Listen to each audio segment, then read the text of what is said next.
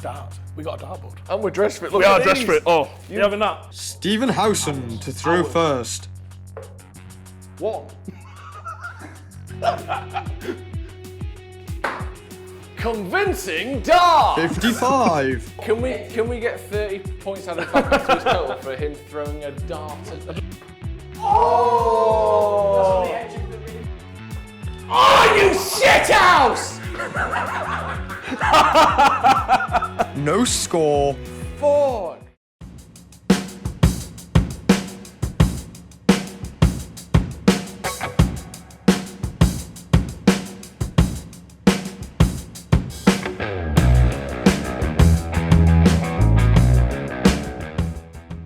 Right then. We had a day or so to digest what happened. And I think it's time for the inquest, Joe. Who's to blame? This is the independent inquiry, isn't it? Into the Europa League Final. Yeah.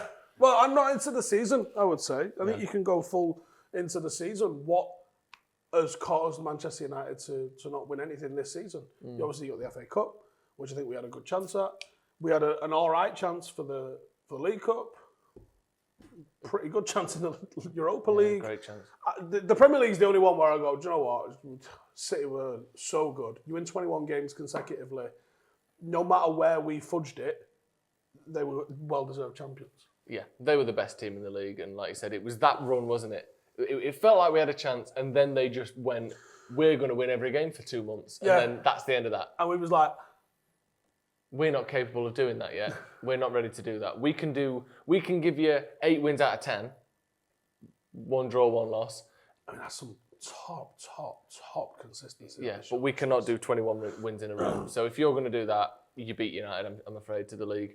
The FA Cup was a bit of a kick in the teeth. And the worry for me with the FA Cup is it's not started, but it sort of continued this thing of not just do we not play that well or do we go out in these competitions. Sometimes we have this like lack of intensity in these games. Where Leicester, we just look knackered and crap. We look the same against Chelsea the season before in the FA Cup. We look the same against Sevilla the season before in the Europa League semi-final. I think not to the same extent, but we looked not dissimilar to that against Villarreal the other night in the Europa League. We have this thing where in these big games, instead of being extra energy, extra crunch in the tackle, faster sprints, more runs in behind, more risks, we play safe and we play slow. And that's a bit of a worry for me in terms of the mentality of the team. And maybe part of that is we need to win a trophy and get it out of the way and then we can relax. But we feel uptight and nervous in these big games. And that's not a trait that you want to associate with the squad, is it? all right, so you've got several factors. You've got the players. Yeah. You've got a manager. Yeah. On a management team. You've got the owners, the board. How would you proportion that? Because people just love 100% him to blame. Yeah, of course. Apportion the blame for this season accordingly. So if you want to, I think some blame has to be handed out for getting knocked out of the Champions League as well. Because it's not just the Europa League final. Okay, but on who? We shouldn't because be in it. We Exactly. had open nets that we missed. I would put 60% of that on the players, and then I'd go 20-20. Like you said, Martial missed 2 great chances. Cavani hit the crossbar that led to one of those Martial chances. Fred got sent off, but that's 70% on Fred. But a good 30% of the reason he got sent off is because Ole didn't take him off when we could all see it. Obviously, that's the player's fault for getting that second yellow, but you have to sort of dissect all of it. So the fact that we went out of the Champions League again, mostly up to the players because we were right there, we were so close. But some of that has to go to the manager and to the board. I think overall, it's always the players because, or they should be given the biggest percentage because they're the ones playing. And these weren't games where we got outclassed. We didn't get outclassed by Istanbul. We were stupid against Istanbul. I don't think we got outclassed by PSG either. We a little bit unlucky and we just missed big chances. The same against Villarreal. People can look and say, well, United only had 2 shots on target. That's not good enough. They had 1 shot on target. We didn't get outclassed. We were the better team. No, we didn't. We just didn't do enough. And once they're on the pitch, I think most of that is the players. But, certain managers have 100% winning records in finals. And that isn't a coincidence either. No. But Jurgen Klopp also had, how many finals is it? Oh, it's like a dozen or something, bananas ridiculous. like that he hadn't won. And then he wins the Champions League. Yeah. They just get eradicated. Yeah. It doesn't matter. Once you win 1, that's you, done, sound. you can't deny that season after season without trophies is not acceptable. But this is where this is where I sort of like lose it a little bit with some sections of the fan base. I'm happy to say that's not acceptable. That doesn't mean burn the bloody stadium down and everyone inside it. Like that can say, yeah, next season you need to do better. Yeah. And you need to work on what you're getting, but he has to be backed. If you go back and look at all of this starts in the middle of Fergie's reign when the Glazers take over. And the vast amount of money that we've spent post Sir Alex is because he wasn't allowed to refresh and re-energise the squad. He'll tell you in his autobiography, which is something I definitely disagree with him on. He left a squad with very young players in, Johnny Evans and Chris Smalling. They weren't starters though. No. The players that was in your 11 was Vidic and Rio, and it was Evra, and it was Carrick, and all of them lot, I know Fergie wanted to replace if he had the tools. Rooney as well. Yeah. Or before they hit 33, 34. He wasn't allowed to do that. So when they all literally just was like, poof, over the course of like 2 years, from Moyes to like Louis, gone, the lot of them, gone. From that moment onwards, you're like, right then, now we've got to bring in. How the hell, at once, do you replace Rio and Rooney and Evra and Carrick and Wayne Rooney and Giggs and Scholes? Yeah. Not a club in the world would have been able to do that. No. And not a club in the... No, so, do I understand the money that's been spent? Yes. A quarter of all the money that United have spent was on 3 players. Di Maria, Lukaku, Pogba. Yeah. 2 of them aren't here, and one of them's probably not going to be here in 12 months' time. Yeah. So when people start throwing around, United have spent $1 billion. Until we spent more on transfers than we have on debt, I don't care. And even then, I probably still don't care. And there's this other thing as well that goes into it that, like you mentioned there, well, you sort of mentioned around it, but what Man City do is look at their big money signings. Aguero, he's leaving, but he's been there for 10 years. You know, you look at Bernardo Silva, he's one of their biggest signings, 45 million, 50 million. Mahrez, Diaz, Mendy, you know, you can go through the list of them. They're all still there. Yep. Cancelo, another one, 50 million. They're all still there. They don't buy a player and then have one season, and if he's shit, sell him. That's what United do. That's why they've got the deepest squad in the league, because they spend money and then keep them. John Stones, buy him. 50 million. Replace him. Yeah. Replace the replacement that you got for him. Bring him back into the first team like a new shiny penny. And now all of a sudden you've got Laurent, no, what's he called? Laporte. You've got Laporte, you've got Stones, you've got Diaz. You've got Ake as well in there for when you need him. And they were 40 million, 50 million, 50 million, 50 million. Like, these are sensationally expensive players, but they keep them all. They've got Gabriel Jesus up front, 30 million quid. Aguero, 45 million quid. They've got all these players. Sterling, 50 million quid. They've got a £50 million player in every position and another one to back them up. That's the difference. You look at United's big money signings, like you said, Lukaku's gone, Di Maria's gone. You know, we don't do it the same way that they do. People go, oh, you've got a £30 million signing there in Luke Shaw. Yes, we do. And you've got another £30 million or £25 million signing in Tellez. Cool. 15. Was he 15? Yeah. Okay, cool. Name me one other position that we've got that depth. Yeah. Maybe striker with Marshall, if you consider that. But you know, I know that left winger, what are you looking at? Rashford and James. Rashford and right James. wing, you're looking at Greenwood and James. Yeah. Greenwood and Ahmad. Yeah. Attacking Children. midfield, Bruno and Mata. Yeah. But, you know, Mata isn't Bernardo It's been Silva. 8 years. It's just not the same at all. And like you said, you can spend money, but there's a phrase, more money than sense. And I know United don't have that, we don't spend as much money as City, but we've spent without sense a lot of times. And we've sold without sense a lot of times. And do you know what? City's record in the transfer market is far from perfect. Yeah. But the volume of what they've done Fergie's was far from perfect. If you go through it, Fergie's was almost 50% miss. Yeah. But because the successes were so good, you kind of go, it's like we said, you can lose 12 finals in a bounce. The day you win the Champions League, you just won the fucking Champions League. Yeah. And that's what it's like with these signings. Yeah. You can have miss after miss after miss after miss. I mean, when you go back and look at some of the ones that Pep signed, Nolito, where's he? Negredo. Yeah. Bravo. Yeah. Like, some of the people that he spent outrageous sums of money on. Gala, Otamendi. I mean, even Mendy. Yeah. Like, he's been able to just ghost them out of the team and not a problem. Yeah. And that's a privilege that one manager has, essentially. There's not really another manager in the world that gets that. So it's a nightmare trying to compare what's going on at United with that. When you see the money that's been sucked out, and it isn't just in that. Leicester, I think, are a better model that you could look at of a well-run club. They've spent some money. Do you know where they spent the most money? Training ground. What have we got? World-class training ground. Like I said to you a couple of weeks ago, if the Glazer took over in the year 2000, we'd still be at the cliff. Definitely. No way would they've done essentially nothing. They did what Louis van Gaal insisted they did at the training ground because he turned up and was like, "Sorry, no floodlights." Yeah. Like, sorry, is it 1941 in the Blitz? One pitch. Like, what do we do? So one team can train and that's it. We've got 8 teams. We've got, we've got 4 teams, whatever it is that train there. It's like, this isn't going to work. So he insisted we improved a lot of it. I think it's one 4G pitch. Like, what is going on? One for the academy, one for the first team, I think. But that, again, not really good enough. And that was improved a few years ago. Even Old Trafford's pitch, notoriously bad for years. And again, was it under Van Gaal and Mourinho where we got the sort of the hybrid grass synthetic model that everyone else had for 5-6 years at that point? Old Trafford was notoriously poor in the winters, wasn't it? I mean, people go on about the roof, and it's a valid thing to go on that about. as well. But, like, there's been no substantial investments. Like, and everything they do, it's because they do the buy cheap, buy twice. That's United. Yeah. And what we did with, I mean, it's egregious what they did for the disabled fans anyway. On a pure disabled supporters welfare point of view, it was shit. And it was a bad idea. It was like such a bad idea with bad execution to put them along the entire bottom of East Stand. And it was poor for their viewing. It was poor for their treatment.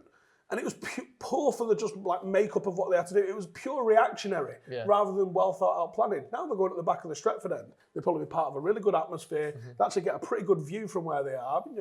Most of them have got ambulatory problems with their legs and stuff like that. So they're sitting down. Yeah, and you're not going to get a flare on the head from an away fan or half a pint of Carlin on the head. Yeah. And you're not going to get the ball kicked at your head either. Yeah. Because you're right behind the goal. Yeah. And I mean, we're looking, dissecting what's gone wrong this season. It's hard to look past what has led to where we are now. And that all of those things, like we said, the disabled fans, how does that affect what happened Wednesday night?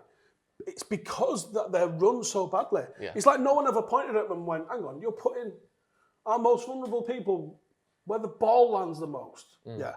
And because Old Trafford's got a massive camber in the pitch, and you're going to put them below the pitch, so they're not going to see shit. They're going to see like some feet in this half and then fuck off. Right. That for me is symptomatic of the way the entire football club is run. Not one point did someone go, and we dragged our feet because we never wanted to redevelop it. There's some law came in a few years ago that disabled supporters had to be given a higher percentage, and Old Trafford was kind of getting away with it being a legacy stadium that wasn't a new build stadium, because new build stadiums has got to be like a significant improvement in disabled facilities that are allowed. Old Trafford sort of dragged the feet, we'll look into it, we'll do this, that and the other. And then they were like, you've got a week to do this. And he was like, shit, we're doing that. Rather than when it comes like, in like 3 years, you're going to have to do this. And they didn't go, okay, we'll go look at this, talk to people, find out what the best thing is. We've never, ever once with this ownership ever gone, Gary Neville said it, didn't he? What is the best in class? Manchester United used to be best in class for everything. We used to have fucking machines that was the envy of hospitals when Carrington was first built. We used to be the cutting edge. We'd be sending people out to go and check out American sports and the Australian sport of Institute of Sport and finding out what is the cutting edge of technology. Right now, we're one step out of Ron Atkinson's team in the 80s. Well, and then obviously some of it is how much control do you give a manager, but there was rumours and stuff that Jose didn't want like scouting and stats on opposition players and fitness tracking and all that stuff. He wanted to just be, don't worry about that. It's like, what are we running here?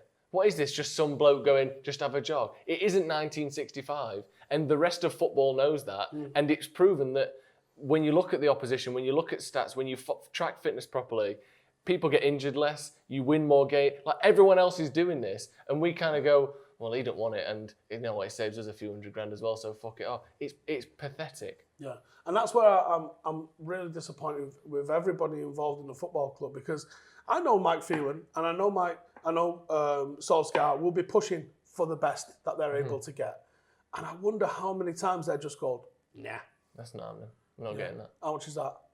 40 grand? No. What do you mean no? We turn over like nearly $1 billion. You can't give me 40 grand. Yeah. It's our billion. Insane. We've spent that billion on debt. Yeah, So we exactly. need to take some of it. Now imagine that 1.6 billion that's been spent on debt in the last 15 fucking years had been spent on Old Trafford. Can you imagine? Or the training ground. Or I don't know, the fuckers running around on the pitch. Yeah, that should be a 100,000 seater stadium with 2, maybe 3 tiers in the south stand. Certainly 2. It should have, like you said, an extra 200, 300, 400 million thing. Yeah, lasers. Firing fireworks into the crowd and that, like other clubs used to do. But yeah, the infrastructure, the investment, the players, everything would have been on a completely different level if we'd have ran the club properly for the last 15 years. So it's hard to look past them when you're considering the failure of any Manchester United team. And they didn't take or not save or miss a penalty. Yeah. Right. Or not make subs or whatever. Which is what people want to just focus on. But all of those things are impacted by what came before it. Is the preparation the best it can be? Why are we still in a fucking public hotel? Yeah, that's mad. Why are we at the Lowry? Why is that a thing? Why is there not a hotel that we've got? At the stadium. Yeah. Do you know why we don't eat at the stadium anymore? Sold them for executive boxes. United used to eat at the stadium. And now they don't because those suites have got fat cats in them. It's ridiculous, isn't it? It just stinks, doesn't it? We're a football team that puts football second. Yeah. Just roll that round your fucking head. We're a football team where the football team's ability to operate comes secondary to being a restaurant. Yeah. Says it all. And I don't hold Ollie blame-free. No. At all. I think if he'd have played more with Donny van der Beek, he'd have probably had more confidence in playing him in a final. I think it was very unfortunate, obviously, what happened with Maguire. I think we probably missed him. I think he also probably could have rested Marcus Rashford. Marcus was very poor on Wednesday night. And I think a lot of that is just down to just injuries. I think he's been carrying injuries for so long that he's just in tatters. He's struggling with his tracking. He's struggling with every aspect of the game, really. Yeah. Too many players didn't turn up. And that's what disappoints me the most, because you was here with me. I was looking at the team going, match winners, all over the gaff. And they didn't show up. No. And even the goal, which, I'm not going to say you didn't deserve a goal because it wasn't a great goal, but it was a scruffy, shitty tap-in of a goal. We made one other chance that Rashford missed. I wouldn't mind watching that back again, actually, and thinking about it, because I wonder, the area that it bounces is a difficult area, but is it one of them where if the keeper was braver, he just collects? Maybe. We'll have to see, won't we? I think if Maguire's in there, things are a bit different. He's our best header of the ball. I'm not saying they still wouldn't have targeted Lindelof, and I'm not saying we don't concede set pieces when Maguire's in, because we certainly do, but he is the best header of the ball. Maybe, I would say, at winning headers, one of the best in the world. He gets his head on the ball a higher percentage of the time than pretty much anyone in the world. So you can't say it wouldn't have helped, but obviously we should have done more anyway. The thing is, on set pieces as well, there's so much focus on runners and players. Do you know the only thing that matters? Head the ball. The ball? Yeah. The ball's the only thing that matters. You can have 5 runners, but guess what? If you just steam in there and that ball away, fuck your 5 runners. I know. And forget the fact that man got past Lindelof. Lindelof wasn't in a position to touch the ball. That's the problem. Yeah. It's not that you lost your man. You didn't watch the flight of the ball properly and get to it. Yeah. His run was your run. Yes, exactly. It doesn't matter about, you've lost your man. Well, he's only going where the ball is. Yeah. You can't go anywhere else. It's not like if he stands at the front post, the ball just swings around at the last second. You don't have to stay in a lane. No. This isn't the 100-metre race. No. You'd be like, he went to lane 6, I'm lane 5. Yeah. Like, no, how about step over there and get him? No Man United player got anywhere on the line of the ball. That's just as simple as that. It's terrible. Let's start there, shall we? Yeah. Anyway, there's a secondary cup final happening with 2 plastic-based clubs. Yes. It's the 2001 UEFA Champions League final. 2 teams who didn't want to be in it. 2001? Did I say 2001? You did. 20 years to that. Yeah. 2021 Champions League final. Chelsea versus Man City. In Istanbul. Does this... It's Porto. I thought you knew that. Never mind. They moved it. They did move it. Does this make you think it's a bit sad that we're cheering for Chelsea in this game when really it should be us? Because we are cheering for Chelsea first of all, aren't we? I mean, yes. Yeah. Let's just put that out there. But does it worry as well then, before you've even answered the first question, let me get you a second question. All right. Okay. if Chelsea win this, they'll only be one European Cup behind Manchester United. Is that more damaging? That there's another team that could overtake United in that regard? Or would you rather City have none? I'd rather City have none. Yeah. And ultimately, yeah, if United get overtaken eventually by Chelsea, again, we've deserved it. United was a couple of years into the Glazer reign. Like I spoke about this on 5 Things yesterday, so I'm not going to cover all ground again. At that point, United allowed themselves to regress. At no point did we plant seeds to come to fruition 5 years, 6 years later down the line. At not one point. So we've been asleep at the wheel. As fans, we've not. Obviously, as fans, we want everyone. We want to sign everyone. We want to win every game. But as an ownership, they've allowed regression. And obviously, it's us that have to deal with that sort of shit.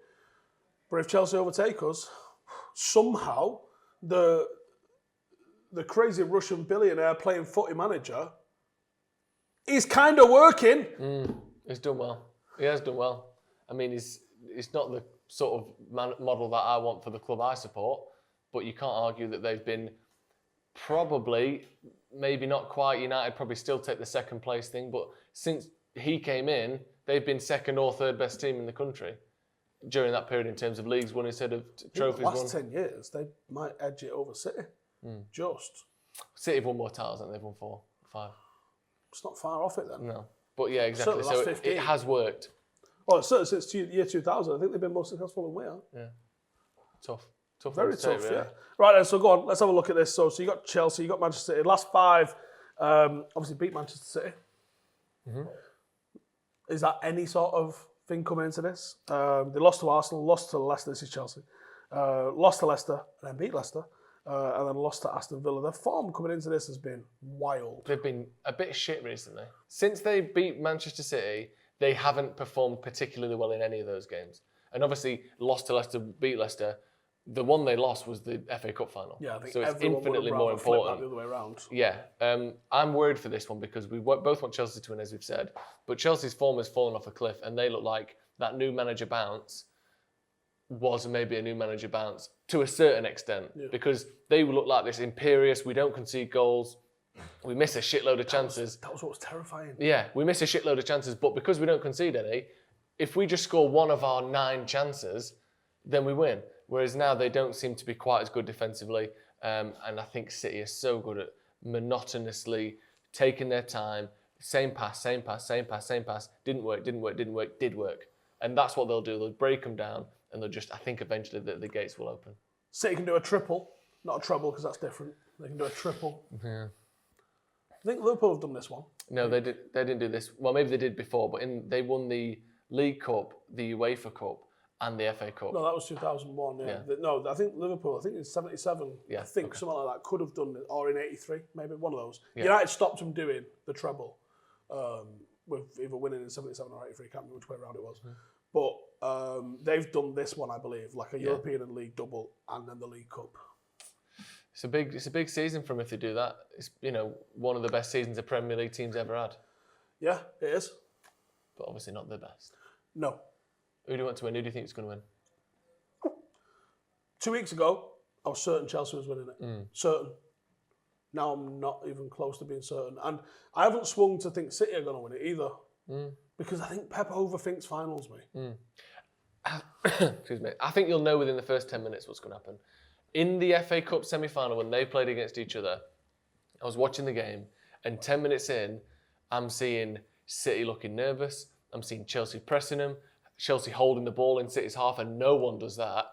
And I thought, Chelsea are going to win this because City has done a City. They've got to a big game, and they're playing differently, and I don't know why.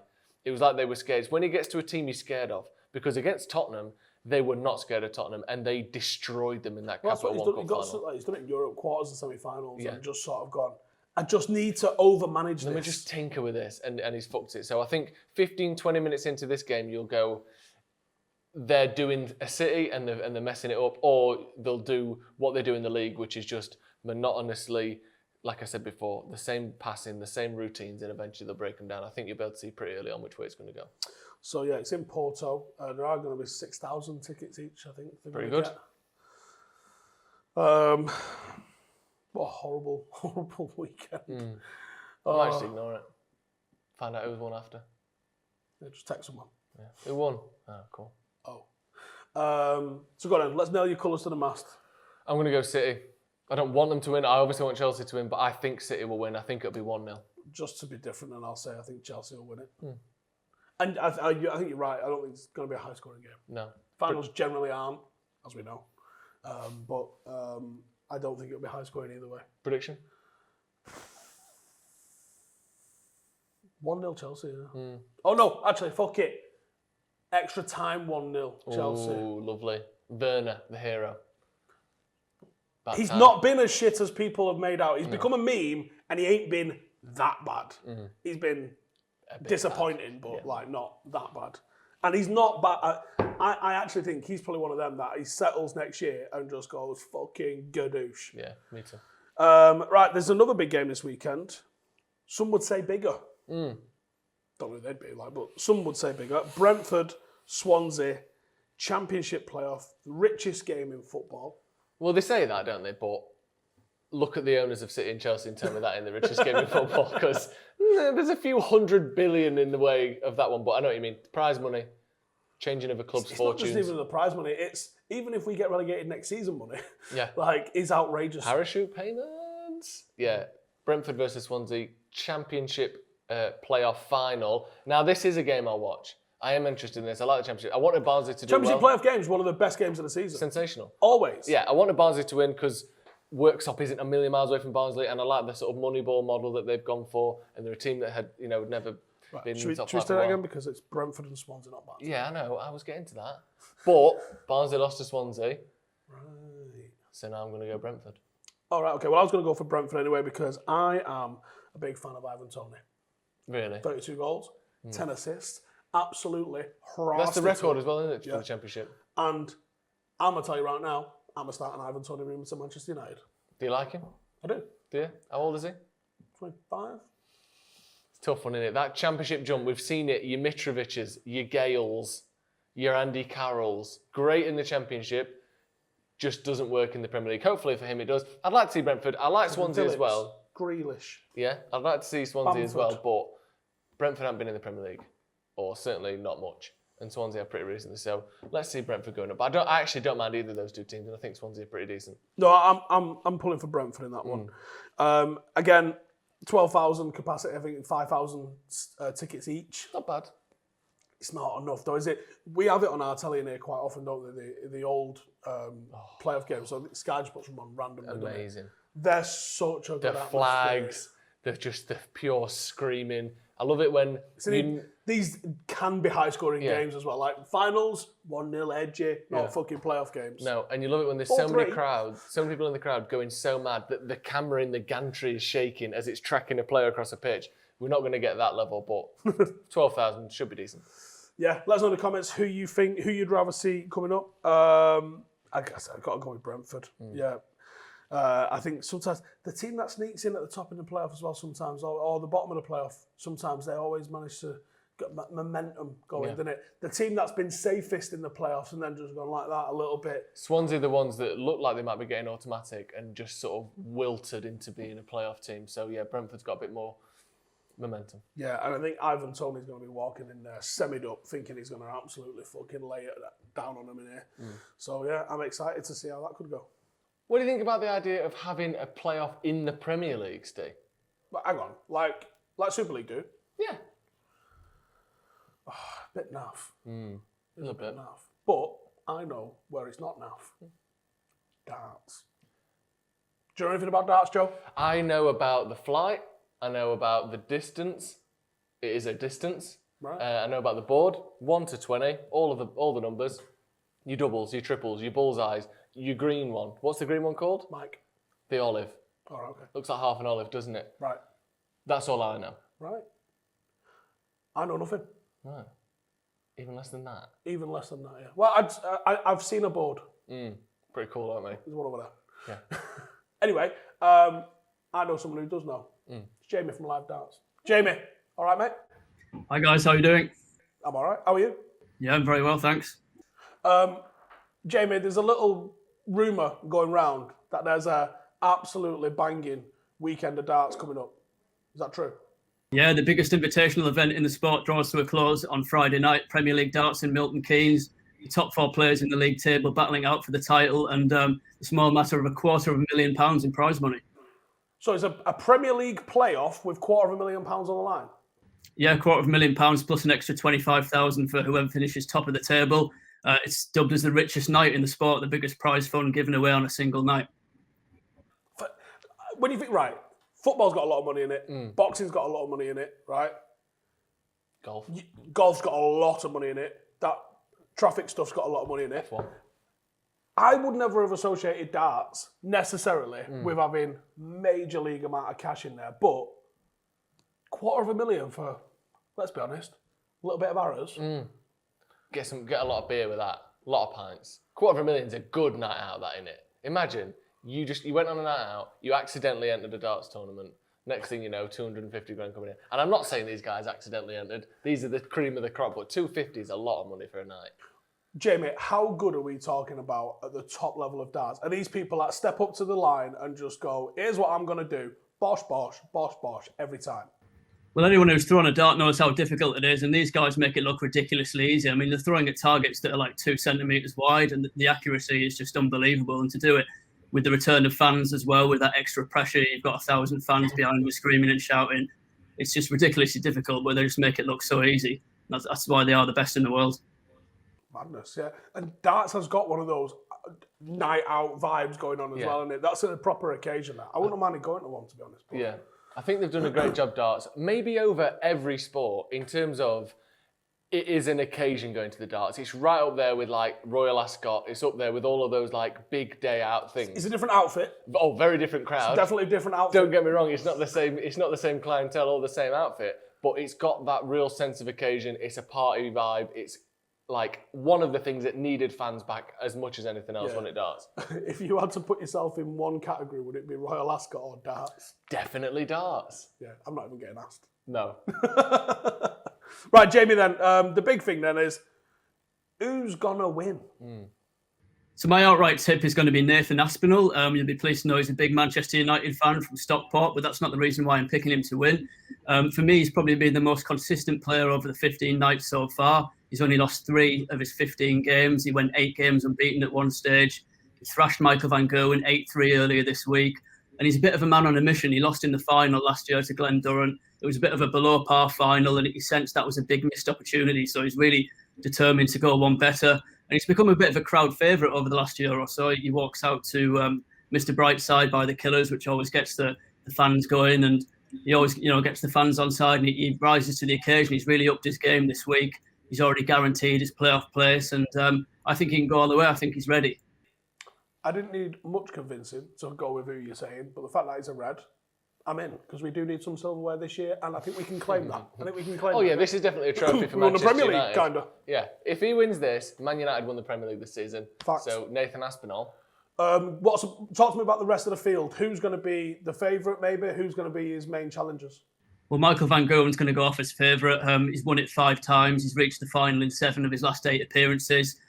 He's going to finish top of the table, but that would probably mean if Nathan Aspinall finishes second, he'd avoid him in the semi-finals. So if he gets through that, he would play him in the final. Then you've got Jose de Sousa from Portugal making his debut. He's made the playoffs, nicknamed the special one in homage to his fellow countryman Jose Mourinho, who actually sent him a video message after he won the Grand Slam darts last year, which was his first major title. And then the final spot is between Dimitri van den Berg and Johnny Clayton, who face off on night 16. Right, James, so which matches are we looking at tonight then? Is it the finals? Finals on Friday night, yes. Semi-finals, which are best of 19, and the final, which is best of 21 straight afterwards.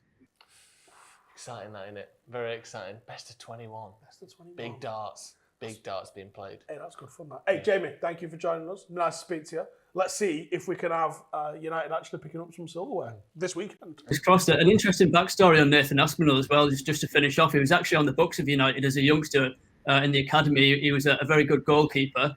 It turns out he wasn't quite tall enough to make it. So, I mean, you wonder what might have been last night if he'd have ended up playing for United as a keeper and taking that penalty, would he have put it away? Apparently his biggest weakness is he used to throw the ball out like that. Thank you, Jamie. Nice to speak to you. No problem, guys. Thanks a lot. Cheers, mate. Lovely talking to Jamie. And Man United can actually pick up a Premier League trophy this season. I love the intertwining of football and darts. He's done a belting job there, Jamie, and he's got us all involved, hasn't he? Yeah. Hook, line and sinker. I know, we're in. I like darts, you know. Do you? I look like I like darts. You do. You smell a bit like you like darts and all. Actually, Steve, I've got an idea. Really? Darts. Darts. We got a dartboard. And we're dressed for it. Look We at are these. dressed for it. Oh, you having that? You Yours having has that? got King Kong holding a dartboard on. Mine's got just wicked flames and that. Mate, this is going to be great. What's the rules? Rules is regular darts, 501 to 0, got to finish on a double, can't step over the line, you're not allowed to throw darts at people's toes. Best of one. Best of one. One game, one throw, that's it. Let's do it!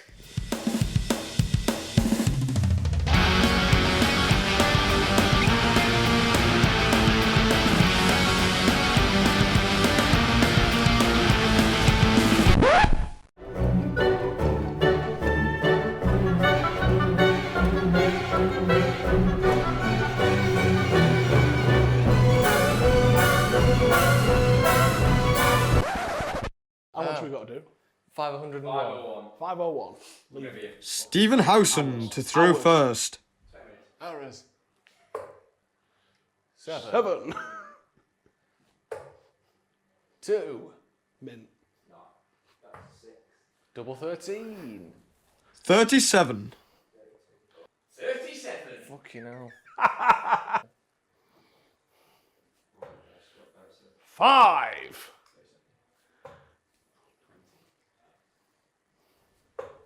30. 30. Bastard. Yikes! Go on, lad.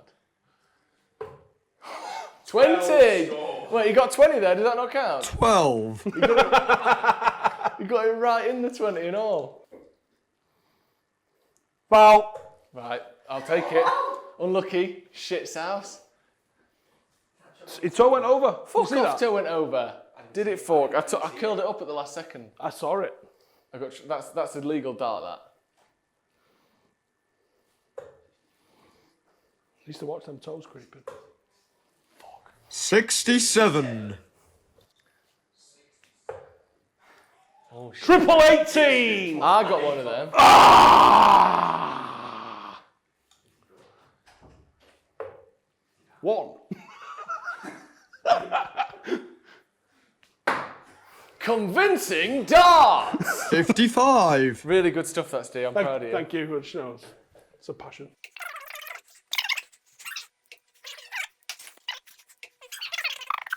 Just so the audience is aware, you can't see it on this shot, but about 4 inches above the dartboard is a water pipe.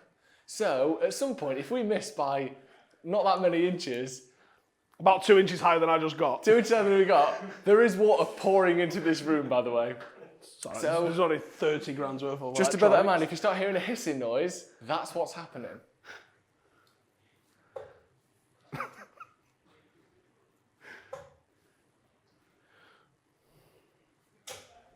26. Go on. Oh. Someone get that fucking Zoom ready.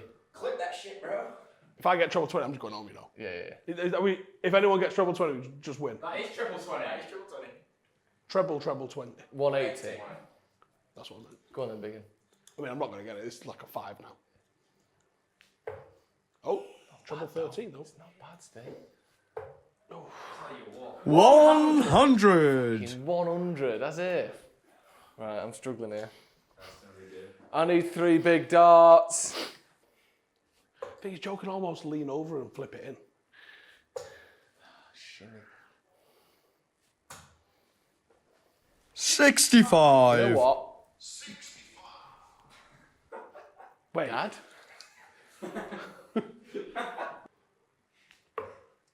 Yes. Sorry. Is that bad sportsmanship? Don't throw darts at me. nah, fuck off. Triple 18. 55. Fuck. What's my checkout? What's my checkout? 278. Watch this. What am I on? 211. Oh, Joseph. What's going to kill us is no one's going to be able to get a We're double. talking while I'm playing darts. It's not golf, Joe. technically illegal. People fucking in the background going. Da, da, da, da, da, da, da, da, da. In fact, get all them idiots in here. Let's have that for the last dart. No, let's not do that. I mean, we're doing that. And also, we can't have them sing that because it's against the rules. 14. Fuck off, Joe. Shut up.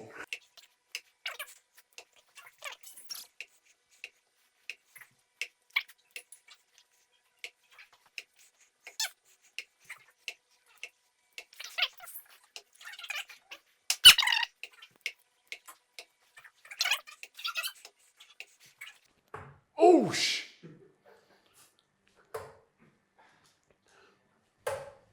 59. Oh, 59? Fuck off, Steve. I was going for the triple. Also, straighten that back up. you fucking straighten it back up. You just knocked the whole thing off its arse. 2 double 20s, double 5. What am I on left? 54. Oh, two. I can. That's a good number. 14 double tops. Oh yeah, that's a good one. That. Dickhead. What do oh! Right. I dropped it. No, If any I of- might add, that was 50% almost Joe's fault. Can we get 30 points added back onto his total for him throwing a dart at I me? just dropped it. 14 and double top. Yeah. Just hold that one for us. Imagine. Where's 14? There's 14. That's not it. Double 17. Double 17. Just gonna use this one now. 22. 41. Disqualified. Don't, Steve.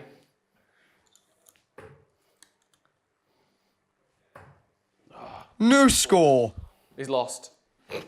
Steve's lost, unfortunately, by going over. That's not how it works. You can keep playing, but you get 4 points added onto your darts license for that. What do I need now? 14 tops. What about now? 36. 22 double 11. To clinch it, Steve. Go on, if you do, I'll be well impressed. 36. No, 25. I need a odd number. Which is 19.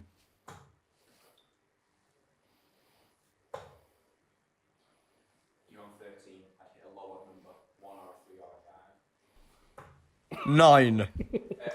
Oh, it's 5 double 4. Right, there's 5.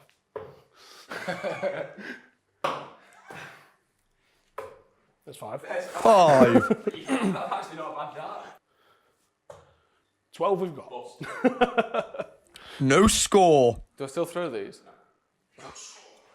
Double 4. Go on, Steve. Put me out of my misery. Ooh! Double Two. 2. Bosh. 4. No score. Double 2. Double 2. Yeah. Oof. Lucky Steve. One of these darts can make it. Oh! Close! No You score. can smell double 2 from there. 5 double 4. 28. No score. Why are all the big numbers coming out now? That's on the Oh! edge of the ring. An atom away. I like it on the edge of the ring. Yeah, I bet you need that. Oh! Darts. Oh! Light hit it. No score. Does that I count? don't think that counts. If it sticks in flight first, do you still get the point? I think you do, yeah. There we go. Nice. Double 4. Oh, shit, 2-0. Oh, you shithouse! No score. Fuck. Glory. Good marker. Not really, because now it's in a fucking way. No score. No, I haven't. I've got 13, and that's a 9. Is that a 9? Yeah. No, double 2. I thought it was triple. Some checkouts.